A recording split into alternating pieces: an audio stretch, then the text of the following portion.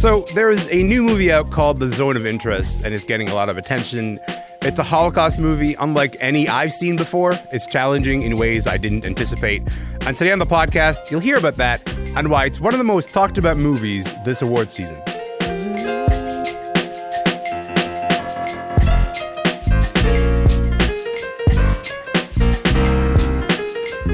I'm Elamin Abdelmahmoud. This is Commotion. Okay, before we even get into The Zone of Interest, I think you need to hear a bit of it first. Now, the scene that you're about to hear is in German, and I'll let you know what it's about after you listen. Dieses Blumen, das ist ja wunderschön. Ja, die Azaleen da. Hier gibt es auch Gemüse. Bisschen Kräuter, auch Rosmarin. Hier ist rote Beete. Das ist Fenchel. Die Sonnenblumen, ja. So, if you understand German, you'll know that what you just heard was like not very interesting. It's just two people walking through a garden and they're just pointing out different plants. But it's those eerie sounds in the background that matter, right? You hear a train, you hear noises in the background. This movie is set in 1943, and one of those women that you heard in that clip is the wife of a high-ranking Nazi officer. She's walking her mom through her home garden, a garden that has a big wall on one end of it. And on the other side of that wall is Auschwitz. The Zone of Interest is directed by the Jewish filmmaker Jonathan Glazer, and it's certainly not like any Holocaust movie I've ever seen. In this movie, the atrocities are never seen. You never see them on the screen, but you do hear them. It tells the true story of an SS officer, Rudolf Haas, who raised his family in a lavish house literally right next door to the concentration camp where over 1 million people were killed in World War II, most of them Jewish. It's one of those uncomfortable and chilling movies one of the most uncomfortable and chilling movies that I've ever seen. Two film critics are here to walk us through it. Radheyan Simonpillai is here. Katarina Docalovich is here. Rad, Katarina, welcome to the show. Hello. Thanks for having us. I'm thrilled that you guys are here. Thanks so much for having me. I have a lot to talk about in terms of this movie. So, Rad, maybe I'll start with you. I just set up the premise of Zone of Interest off the top, but maybe you can give our listeners a sense of what it's like to actually experience this film. How does Jonathan Glazer draw you into the world of the Haas family? I mean, the movie is largely just focused on housekeeping.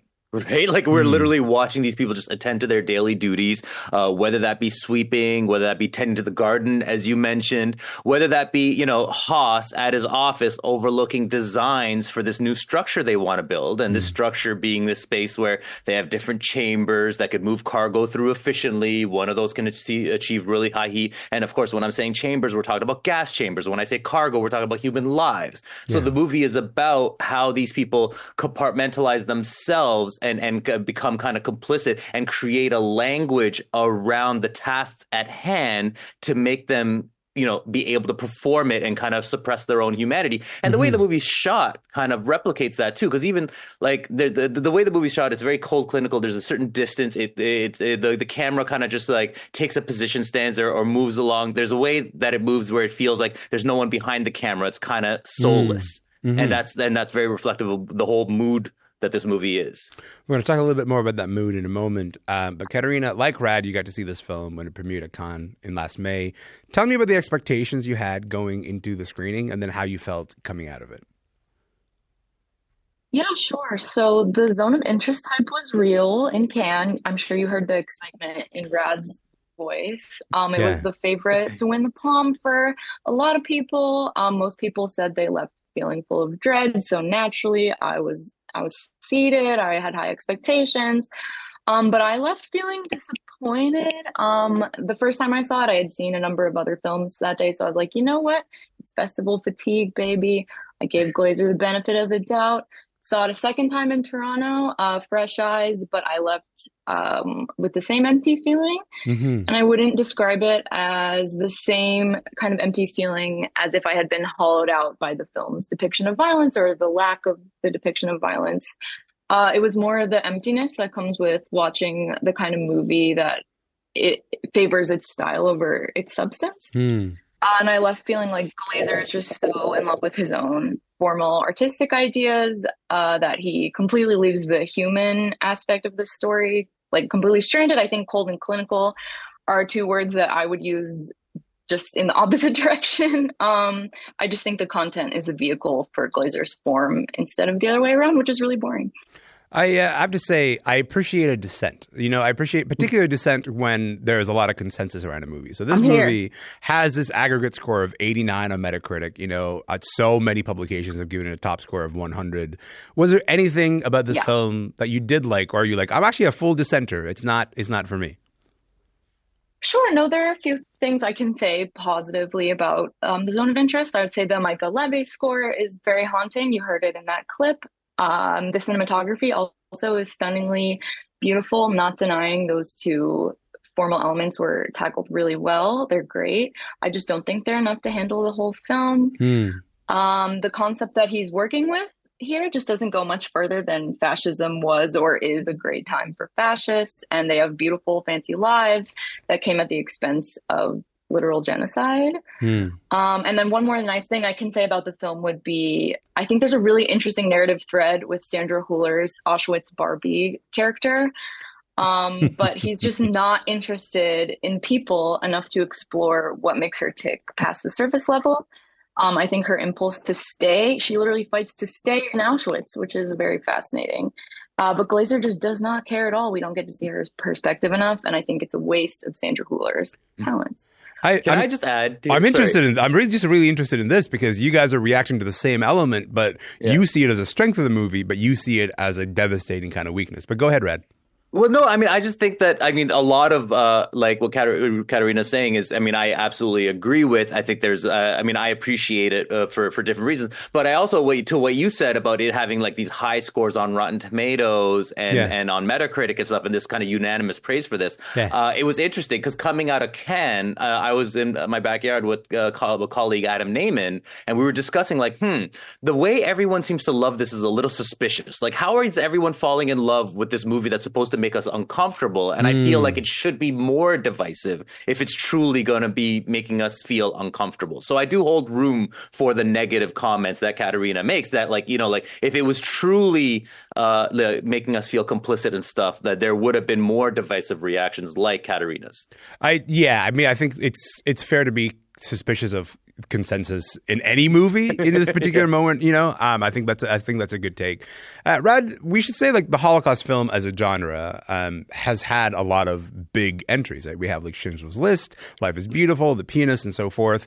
These films do the thing where they go into the heart-wrenching stories. Right? They tell us these heart-wrenching stories of struggle and survival. They're generally from the perspective of the victims. The Zone of Interest doesn't do that. You never see the people on the other side of the wall. Sometimes you might hear them. What do you think is the value of keeping the camera fixed on just these Nazis living the good life? What do you think Jonathan Glazer was trying to do there? I think, those movies you mentioned were about, what happened versus this movie is about how it happens, right? It's one of the few movies that tries to actually understand how something like this happens. But it does, like I said, it positions us alongside the perspective of that Nazi family. We are in this complicit position. And some of us may notice, you were both talking about the chilling landscape, right? Like the chilling soundscape. The soundscape where we're hearing trains approaching, where we're hearing people screaming, where we're hearing dogs barking, where we're hearing gunshots. And at a certain point, we are in this position and we get accustomed to that soundscape. I don't know about you, but I felt like I was able to eventually tune out the soundscape. And that is partly how effective the film is, where it makes us so complicit that we could tune out this horrifying soundscape. Yeah, I found myself sort of going in and out of tuning it in, right? Like the minute that I sort of tune back in, I go, wait, have these sounds been just around the whole time? And I've just of become desensitized because I'm trying to pay attention to these people's, like the minutia of their lives. 100%. Oh, so the director, Jonathan Glazer, was on cue with Tom Power. I want you to hear him explaining why he deliberately chose to keep the horrors of Auschwitz off the screen in the movie. These images, we know from history, from school, from other films, either the real archive imagery or fictional recreations. Any number of films about the Holocaust. So there was no point in doing it again. And there was certainly, I didn't want to reenact any of that personally. Just you can't get close to what that place was through reenactment. It's just not possible. You can't get close to what that place was through reenactments. I'm interested in that idea, Katarina. In that clip, he's saying it's actually more effective to conjure the horrors through sound rather than images. Why did that approach ultimately not work for you? It's an audacious approach. I'm gonna give him that. But I do think cinema is a medium of both images and sounds, and his images are always stuck in one place. They don't develop. I think they may as well have been stills while you have the score playing. I think you may as well have had this be an installation piece instead of a feature film. If Rudolf Haas's wife had, who I mentioned before, if she had been the main character, then the all sound approach makes more sense, right? Because she never goes into the camps. She's not like a Nazi herself, but Rudolf Haas himself wasn't just a pencil pusher. He was a bloodthirsty anti-Semite and a direct eyewitness to the horrors of the Holocaust. So if we're going through his perspective, that should be shown. And I think by leaving that out, Glazer's really reducing both Haas and the horrors. I just don't think he had the stones to get close enough to the Nazi characters, let alone their victims. He always has his arms length out from the Nazis. So I think it makes sense that he didn't want to wrestle too closely with the messy lives of Jewish victims. I mean, he's just so disinterested in the whole subject. Besides making it as aesthetically pleasing as possible, he's just so indifferent to the whole thing. Rad, when you look at this year's award season, you see the zone of interest is up against movies like Oppenheimer, Killers of the Flower Moon, and you've noted some uncanny parallels between these three movies. Can you explain? Yeah, I mean, you look at these three movies, three of the best, except I'm not as big on Oppenheimer as so many, but like they're all three of them about our complicity in genocide, right? And how easy it is to become complicit in genocide. And Oppenheimer and Zone of Interest, like, you know, they're both like their parallels are interesting in that they both don't show you the victims, and they're both specifically about how people compartmentalize themselves to perform this kind of duty at hand, which is, you know, engineering tools for mass murder, and, you know, doing it without grappling with the human factor by pursuing these things as either a feat of science or a feat of, you know, the job at just the task at your job, right? And there's an interesting kind of visual overlap between Zone of Interest and Oppenheimer, in which like the construction of the bomb and the construction of that gas chamber and stuff, it's all, you're seeing the designs where they are, it's literally compartments, you know, so it is kind of a visual echo of how these people are compartmentalizing themselves. But I think, you know, the overlap between the Zone of Interest and Killers of the Flower Moon, I think, is way more interesting, especially because like it's how they diverge that I think is really telling. And so, you know, here you have two movies that are both, you know, positioning you alongside the culprits. They're positioning you beside these unredeemable figures in history who are committing, who are committing genocide. Yeah, both are interested in the person who's complicit here. Yes. Exactly, right? Yeah. And both movies have very interesting ways of also breaking the narrative illusion and being like, hey, it's you and I in this position, right? Yeah. And that's how they both drive their kind of points home. Where they differ, though, and this speaks very much to what Katarina is saying, is, you know, and this is also why you've heard me throughout the year saying I prefer Killers of the Flower Moon for this reason, is from the very beginning, like, and this is also the reason that people criticize the movie, is that we're saddled to the DiCaprio character, Ernest Burkhardt, who was orchestrating these murders against this indigenous community, but we're meant to feel disgusted by how far he's willing to take things. But we also find redeemable aspects to him. There's certain endearing things to him. We're also seeing why Molly is endeared to him sometimes, because he has a rascally charm. He has a human work. He has a way of drawing us in before we feel utterly betrayed and awful about what he does. And so speaking, and this is, again, the thing that people criticize Killers of the Flower Moon for, because it made the bad guys seem really, you know, like some people said that it makes them seem redeemable, right? Whereas I think it's not about it being redeemable. It draws us in so that we could feel like utterly complicit. Whereas what Katarina says about Zone of Interest, I think, is absolutely true, because there is a cold and alienating distance to these characters.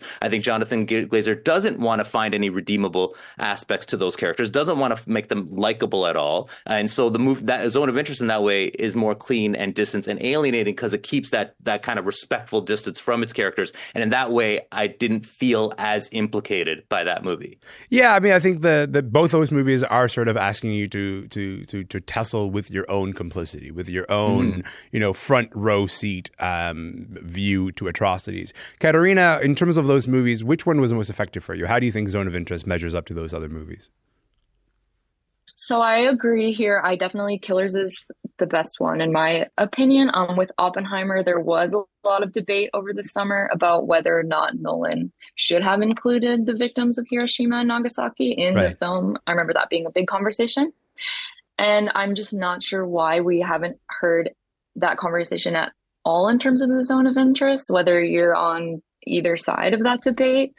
With Killers, which is my favorite, you don't have that movie without all three sides of that story. You don't have it without the indifference of evil, the suffering of the victims, and Martin Scorsese's own acute awareness of how he chose to tell the story, which you see with that ending. And we do follow William Hale and Ernest Burkhardt's bloodthirsty murdering plots, which they have to have an amount of indifference in order to work. But you just do not have Killers without Molly Burkhart. You don't have Killers without her pain as she watches her family die around her. You don't have Killers without Molly getting sick, without Lily Gladstone's performance. It's difficult to watch. It's difficult to grapple with, Jonathan. But we have to witness her physical suffering in that room as she's being poisoned by someone who she thought she could trust. Right. I don't think showing her pain on screen is somehow glamorizing it. I think if Scorsese had chosen to cut Molly's perspective out of the film, you would have a lot of people up in arms, and rightfully so. I think Scorsese made a movie about people and Glazer made a movie about ideas, and I think Nolan is kind of in the middle of that. Katarina, I don't know if Jonathan Glazer is listening, but I hope you're listening, Jonathan Glazer, because apparently we got notes. Listen, this is the sort of tough thing to ask here, but you both saw this movie at Cannes, and then you had the chance to revisit it later in the year. Rad, I'm wondering if the context has changed, if this movie hits differently after the attack in Israel on October 7th, and then the war in Gaza that started after that and has been going on until now.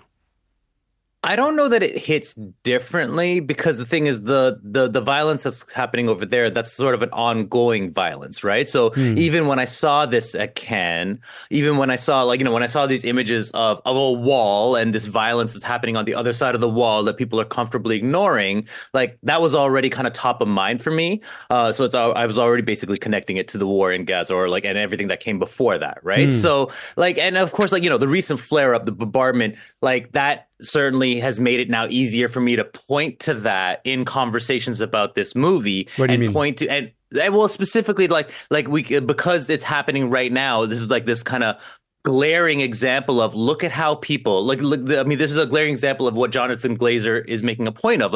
Look at how everyone creates a certain language, how they compartmentalize themselves and use very precise language to make it okay for a genocide to happen, right? So whether that language is calling it a final solution or a defense or a war against terror, this is how we make it okay and how we sleep better at night while millions of lives are being lost, or hundreds, thousands, whatnot. I think it's useful to point out in this context that we're talking about this just after South Africa's genocide case against Israel at the International Court of Justice. Canada has rejected this claim. A whole bunch of other countries have rejected that claim. And it could be years before we get a ruling from the International Court of Justice on whether what Israel is carrying out is in fact a genocide. Katarina, what was it like for you watching this film, before this particular moment and then after? Yeah, I don't think it hit different for me either. The Zone of Interest isn't the first movie that came to mind. It didn't come to my mind at all, I guess, when it wasn't a useful going contrast down in the for Middle you. East. No, not really. I wouldn't go so far as to call the film irresponsible. I think it's pretty self-satisfied. I think I've made that clear already.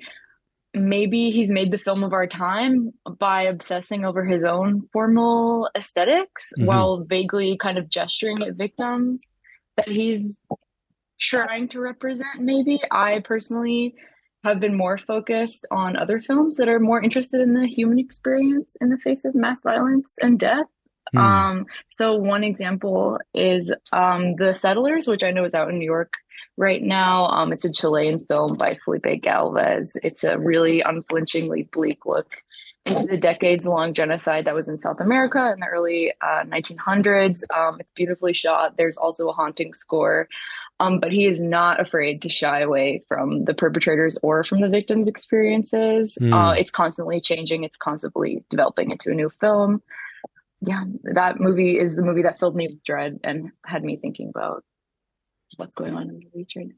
Katarina, Rad, I appreciate your time. I appreciate you guys putting this movie in context, both right now, but also in terms of the awards attention that it's getting and how we should maybe relate to it or feel about it.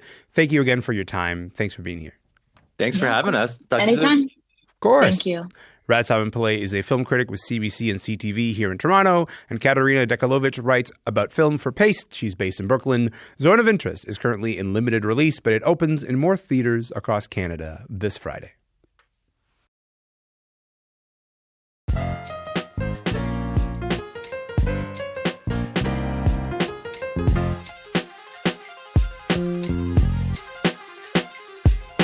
I'm Elamin Abdelmahmoud, and you're listening to Commotion. Okay, we are going to switch gears here a bit, and I think the best place to start is this. Terry wants to go! Here we go. Terry Ryan! He's going to drop him! On his 47th birthday, a heavy right hand from Ryan! What a battle! He may have been knocked down, but what an effort from Terry Ryan! Just listen to this place! You absolutely love to see that. The scene on Sunday night on a sold-out hockey game in St. John's, Newfoundland. Terry Ryan, one of the players on the ice, gets an ovation for doing exactly what his character does in the hit TV show Shoresy. He's dropping the gloves. He's sticking up for a friend on the ice. The story of how Terry, the actor, came to be playing for the Growlers on his 47th birthday, more than 20 years since he last played pro hockey. Absolutely wild story. Terry joins me right now. Terry, what's going on, man? Well, it's still very emotional. All positive vibes, though, but it's a lot to absorb. It might be the most unique story of my life, let alone hockey career. Oh man, that sounds like a lovely place to start. Listen, why don't we set the scene here? There was a bad flu going around the Growlers, and the Growlers needed players, and they called you.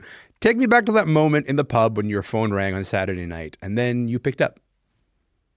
Yeah, well, first of all, I'd been celebrating my birthday. I was meeting my buddies at the Growlers game. I'm a big fan. I love the Growlers. Yeah. And we get to be represented here. We get to represent the Toronto Maple Leafs organization. That jersey, that Newfoundland jersey, is just, I really take pride in it as a fan. Yeah. And I got friends on the team, real close friends. So, I go to watch whenever I can. Yeah. So, but it was my birthday, and it was Saturday. My birthday was at the stroke of midnight, whatever. So we figured we'd go out Saturday instead of Sunday. And a few of my buddies took me out. Real good friends, lifetime friends. And we went down and we went to the game. We ate the green sleeves and then blew on water. And about 5 after 12, 5 minutes into my 47th birthday, I got a call okay. from Zach O'Brien. And Zach plays on the Growlers. Great hockey player, one of Newfoundland's best ever, and a good friend of mine. And we played ball hockey in the summers together and everything. We've competed. He's a good friend. Yeah. So he phoned, but I really thought it was a joke. I really did. I hung up on him. And then, about 5 minutes later, Adam Party phoned, ex-NHLer who played a year for the Growlers when they won the championship in their inaugural season. Another real good friend and a guy I respect for a lot of reasons. So when he phoned and made a point of it, I knew it was real. So I went out and hailed a cab right away. I went home. I tried to get as much water in me as I could and eat. But I wanted to get some sleep, but it was really broken. I don't know if I got 3 hours combined. It was just a lot of emotions. I couldn't close my eyes and concentrate because I couldn't believe what was going to happen the next day. So that's basically how I found out. Now, very unique situation. They did have a flu going around. Yeah. The game was an afternoon game. The game was a nighttime game. I don't know, but I'm thinking the Toronto Maple Leafs are the affiliate. They probably fly someone here. I really don't know. And the other thing, I'm sure that Matt Cook, who's the head coach, and I'm a fan of, I watched him play for a long time. He played with a lot of tenacity. I liked his passion for the game, that I feel we have that in common. Yeah. But when I got there, I figured, it's hard. It would be hard for him not to think this is some sort of publicity stunt. But the guys on the team, Todd Skirving, James Melindy, Adam Daw, Jordan Escott, and Zach O'Brien. Yeah. I skate with those guys in the summer, and I run with them. I play ball hockey. So they knew at least that I was in shape. They knew I had the cardio. There was really nothing else to pick from because senior hockey is big here, and the deadline is January 10th. Right. So anybody that played senior hockey, if they played on Sunday, they wouldn't be able to go back. And we send a good team to the Allen Cup every year. We lost in the final last year. That's the Canadian Championship. Generally, so guys who come back from junior or pro or wherever, they tend to play senior, and they're signed on cards, and they take it, like I said, very seriously. So all that pool, which is 6 teams, is eliminated. So now, what local can we call, because we don't have any time to get here? Well, Terry Ryan is available, I'll tell you. That's what happened. And if nothing else, I skate 5 times a week. So the boys. So you're a little bit ready to sort of take this on. But I gotta say, even still, with skating a few times a week, you heard that play-by-play. You got into a bit of a tilt, right? You went down pretty hard. Do you regret it at all in any kind of way? Regret what? But playing. Regret going to the game and then getting hit and going down pretty hard. Oh God, no! Yeah, he hit me. I think I got him a few good ones at the beginning. It's not about hurting somebody in a fight. Hockey fights, and I didn't plan on fighting. No. He hit my good friend in the corner. I'm a teammate. These guys hired me to do a job, right? Yeah. But like that's what gets lost here. This wasn't a publicity stunt. I tried to explain that to people. Yeah. Hockey Night in Canada announced it. I think people expected like Gordie Howe to come out and get like one shift just for a technicality and be waving at the crowd, but no, when I got there, I mean, these are my friends I've competed with. We've gone to national world championships together at ball hockey. Yeah. So like they knew that part, and I just tried to explain to the team, I'm guys, we're rewinding the clock here. This isn't a novelty. Now, had I gotten no shifts, it would have been fine. But he played me regularly. He started me the game, and then regularly in the third period. I looked down, and James Melindy got hit pretty hard in the corner. But, because someone landed on top of me, I don't mind that. I mean, it was a hockey fight. Hockeyfights.com, I think, gave it a draw. I got him pretty good at the beginning. Now, I'm glad. Yeah. I'm glad it didn't be one side or the other. Yeah. I'm not, because I don't, like, everything had to work out right. But, I did start the fight. I would argue, being a hockey player, that, I wouldn't have looked for it had he not really hit my buddy real hard, knocked his helmet off. But, so... I got to ask you, Terry, I got maybe 30 seconds left here. Sure. This sounds so much like a Shoresy episode, and the character that you play on that show, Hitch, is a fighter with a big heart. How much of Terry is in Hitch? I guess you'll have to ask Jared Kiso, but as it unfolds, quite a bit. I mean, there is a disconnect, and I like that I have to really put on the accent, because it, to me, and I play defense in the show, and I'm a forward in real life. Yeah. So there are a few things that separate me from Ted, and that's fine by me, because I need that in my head. I need some, I'm still acting. I'm still trying to do a job. Of course. And I can't get lost in TR. I've got to be Ted Hitchcock. Sometimes that gets hard because the line is very blurry. But yeah, there's certainly a lot of Ted Hitchcock in myself, for sure. Well, Terry, we got to leave it there, but thank you so much for your time, man. Thank you for being here. Thanks for having me on. I really appreciate it. It was an honor. Of course. Terry Ryan plays Hitch and Shoresy on Crave, and on Sunday, on his 47th birthday, he was called up to play for the St. John's Growlers. He's in Newfoundland, Labrador's beautiful capital city, this morning. And that is it for the podcast today. Remember, you can listen to the show anytime you like, wherever you get your podcast. My name is Elamin Abdelmahmoud. I'm going to be here tomorrow. If you're going to be here, I'd love to see you then.